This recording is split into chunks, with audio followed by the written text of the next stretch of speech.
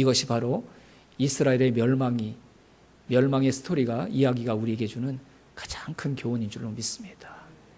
세상은 끝이라고 말하는 그 순간에도 하나님은 끝이 아니라고 여전히 저와 여러분을 향해 말씀하고 계신다는 사실을 믿는 믿음이 저와 여러분에게 있게 되기를 주님의 이름으로 축원합니다.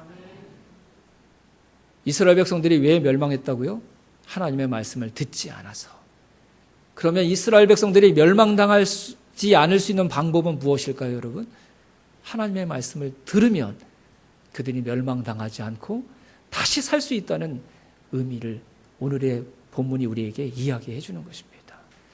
멸망당한 뒤에도 여전히 저와 여러분에게 동일하게 말씀하시는 하나님의 말씀을 다시 듣기만 하면 하나님께서 멸망당한 나라지만, 멸망당한 인생이지만, 흩어진 사람들이지만, 무너져 내린 삶이지만 하나님께서 다시 그 인생을, 그 나라를 세우시는 줄로 믿습니다.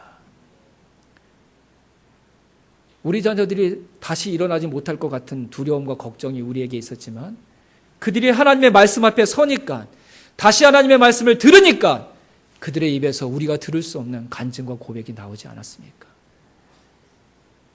끝이라고 얘기하는 그 순간에도 하나님이 저와 여러분을 향해, 우리를 향해, 이 세상을 향해 계속 말씀하고 계신다는 사실을 우리가 끝까지 믿는 하나님의 사람들이 다 될 수 있기를 주님의 이름으로 축원합니다.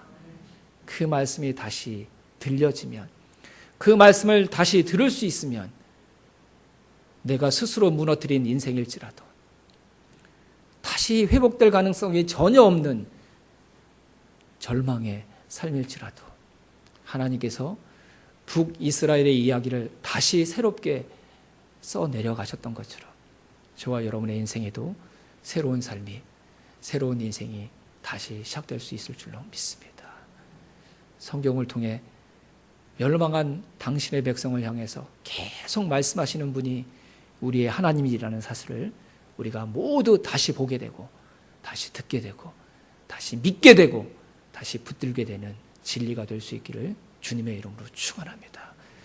아무리 힘들고 어려운 삶이 여러분의 지금의 삶일지라도 여러분을 향해, 우리를 향해 하나님이 말씀하고 계신다는 사실을 믿기에 그분의 음성을 다시 듣고자 하는 새로운 마음을 붙들게 되는 저와 여러분이 될 수 있습니다.